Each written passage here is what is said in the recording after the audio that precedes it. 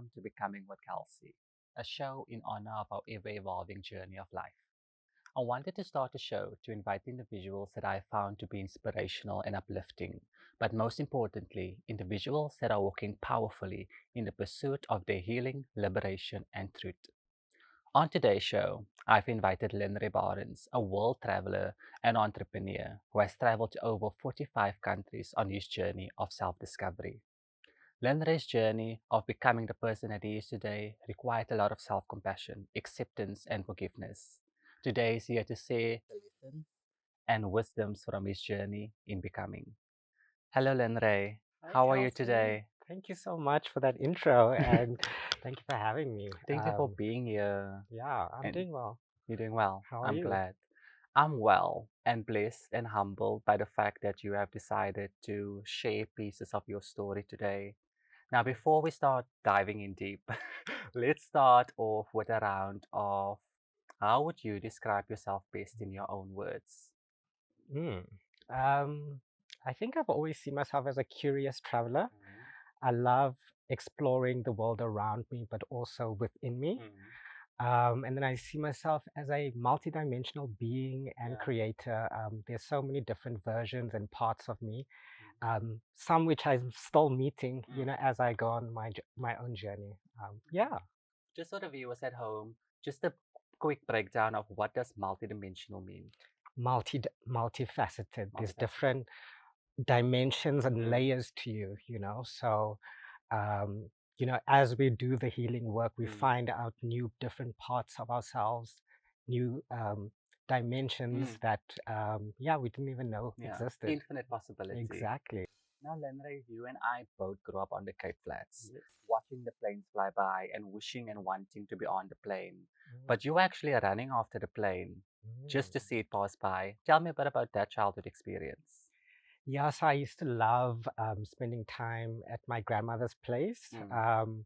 and she lived in Alces River, Mm, hometown. uh, right?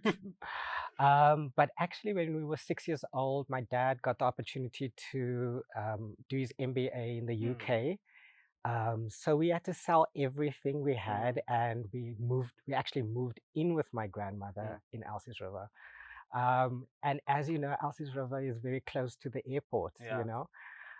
So it was a challenging time, but looking back now, I think that's where my passion for travel actually started, Mm. because as soon as I'd hear an aeroplane, I'd run to the closest window or Mm. run outside and I'd watch it until I couldn't see it anymore. Mm. And that's where my curiosity for travel began, because I'm like, Yeah. where they're coming from, where they're going Going. to, what's the experience like, Yeah. I want to be on a plane one day. Yeah. It's like almost like a spark that's ignited in Yeah, you. it was like manifesting every day. Yeah. Now, at the age of 19, you decided to take an international gap year.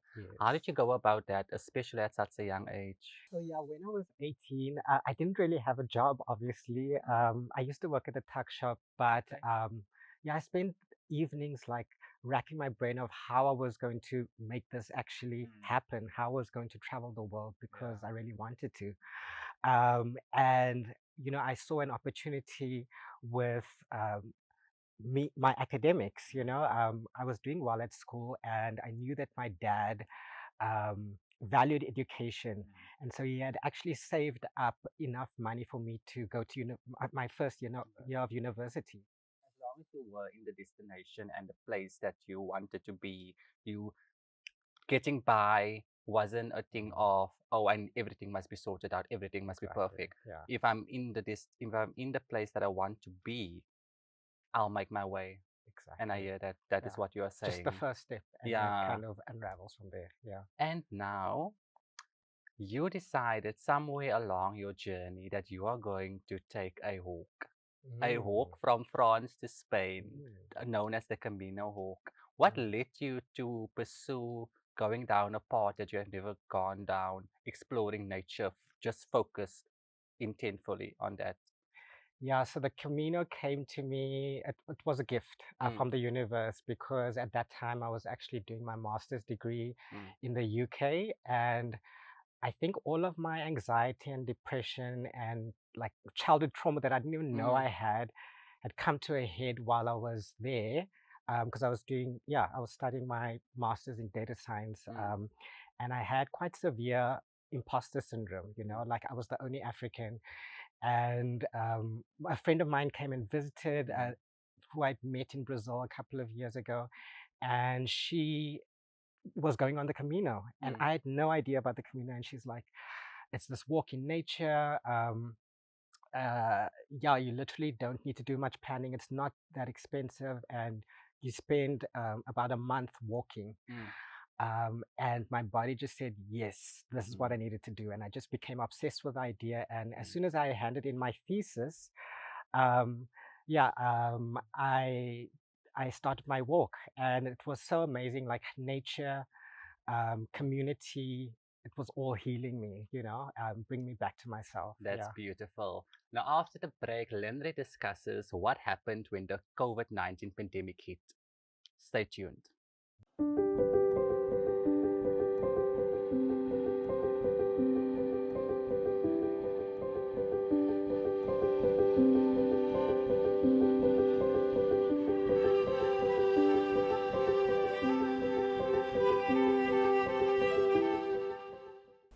Welcome back. Just before the break, our guest today, Lenre, and I discussed the importance of expanding your horizons for self-discovery.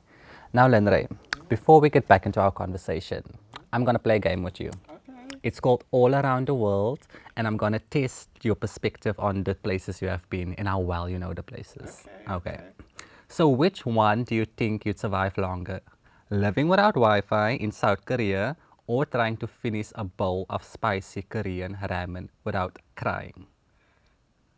The second one, yeah, The second one, yeah, you can survive it. that's longer. You're saying I can survive longer? Yeah. Yeah, yeah, yeah. Okay. Okay. You're a strong one. Oh, I like spicy food. Now, Brazil and Johannesburg both love loud, vibrant cultures. Yes. Which one parties harder? Ooh, definitely Brazil. Like, Okay. there's no question. Okay. Yeah. I hear you on that. I feel a convincing spirit. Okay. Believe me, I Yeah. know. You've experienced it. I've experienced it. Okay. You don't come home before the sun rises. Okay. Yeah, yeah. Perfect. That's it. Spain is known for siesta. Did you adapt to it, or did Spain just expose the fact that we all love taking unas siestas? Like in some parts of Spain, you're kind of forced into it because Okay. everything closes down. And so all the shops close down between 2 and 5. Okay. And so you kind of have to have a nap, Okay.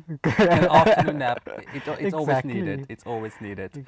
Last one. After visiting London, did you finally understand why the Queen's Guards never laugh, or were they just not trying to laugh at you? No, never No, found that out, never. unfortunately. Why are they so serious? Ask them. I Okay. really don't Okay. know. I think When I book they my have ticket, to, I will. When I book my it's the ticket, I will. face, It's you the know? face. Yeah. The face card. Okay.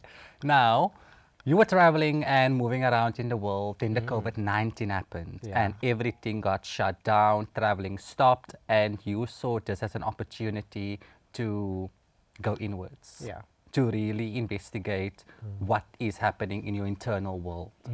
Unpack that a bit for me.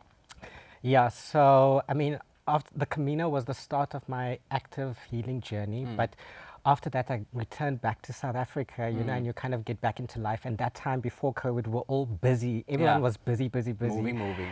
And so I kind of lost track of that healing journey. And the universe was like, nope, here's all the time and space that you need to do this healing journey that you Yeah. actually wanted to do. And so I took that opportunity. And it started through books. I really started reading during that time. And two amazing books that I read were Code of the Extraordinary Mind, which really teaches you about like the rules and the programs that we run in our head and how when you shift your beliefs, your reality can actually change. And then another one was Welcome Home, which is just a book that everyone I think should read, and it's teaching you to make a home within yourself versus in someone else, because they can leave, and then your Yeah, home their is destroyed. existence. Exactly. Yeah. And so those books really got me to start to go deeper, and the deeper I went, the more tools just became available to me. during that period, it was just like, I was in flow, and Okay. when you're in flow, then things just come your way, Yeah. right? Yeah, and so that's kind of where my healing journey really started to go quite deeper. Yeah, Doing the shadow work, I think doing the exactly. shadow work is always so important because Yeah. sometimes it's the dark corners of our lives that holds our strongest and most powerful essence and power, I feel. Yeah. Because sometimes it's in the dark. Yeah, and the dark, you must remember the dark also wants to tell us something. It wants to tell us information about ourselves, Yeah. and so don't always try to avoid it, sometimes you need to go through it, Yeah, integrating the shadow with our light. Exactly, exactly. Now you were doing all of the self work, and then you discovered a real spiritual awakening journey of learning to love yourself more in Bali. Tell me a bit about that journey. So my initial healing journey was solely focused on self-love. Like that was the main thing that I was trying to kind of heal. And Bali happened like in the middle of it, and this was more just a celebration. And the universe really giving me so many signs that I'm loved and that I'm supported, Yeah. I just started seeing hearts everywhere. And I remember in my first week, I met this guy who was a very good friend of mine now. And he asked me to be in a music video of him. Okay. And it was called I Am Enough, And so it was like, okay. Yeah. And then I also went to this energy healer. They've got amazing healers in Bali. And this one lady, it was a paranormal experience. That's all I can say. We'll unpack it one Okay. day. But Okay. at the end, she said, you need to love yourself, afterwards, you need to love yourself and make that your sole focus and just practice it every day, and yeah, I really do think that loving yourself is really such a huge part of anyone's healing journey. Yeah, because a lot of times we don't love all of us. We don't love the complexity. We don't love the Exactly. nuanceness. We don't love the full complicated layered journey of becoming. And then a lot of times we don't even pursue the journey anymore.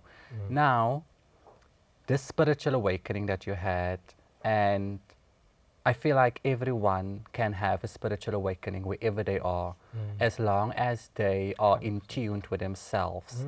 I found nature to be a space for me to escape to feel nurtured, to feel held, to feel uplifted, to just be vulnerable, to just be human. Yeah. And I think in the words of Toni Morrison, we must try to remain as human as possible while aligning our spirit and walking in our purpose. And that is so important. I love that. After the break, Linre will guide us through a meditative practice to help regulate all of our nervous systems to get back into a flow state. You don't want to miss this.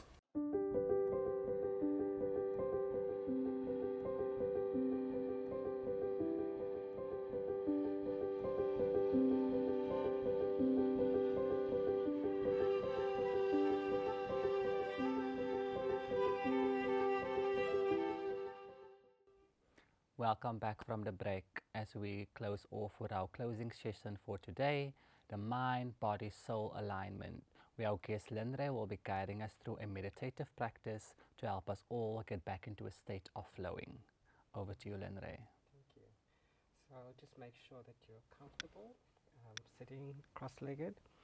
Can gently close your eyes. We're just going to start with a few neck rolls. So you can just slightly bend your head forward and then move as you breathe in. Move your head towards your left shoulder, and then as you breathe out towards your right shoulder and back towards center. Can lift up your head now. We're just going to take 3 cleansing breaths. In through your nose and sigh out through your mouth. Again, in through your nose, out through your mouth. And the last one, in through your nose and out through your mouth. I just want you to focus on your breath. If you have any thoughts coming into your mind, acknowledge them and then let them go as you come back to your breath.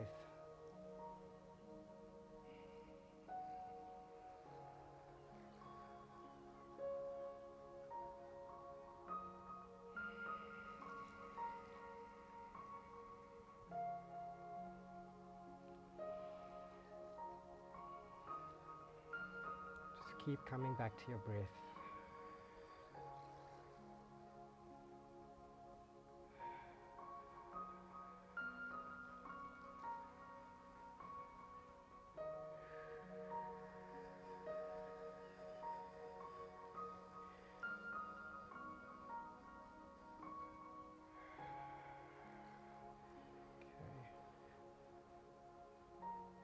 Now I want you to put your right hand on your heart, followed by your left hand on top of it.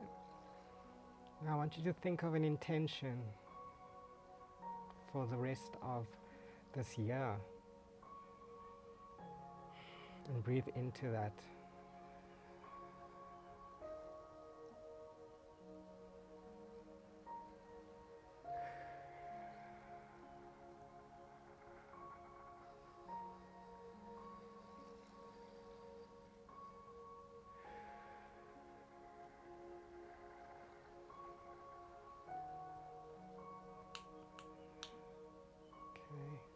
I want you to start rubbing your hands. Then place them over your eyes and slowly move them down as you open your eyes.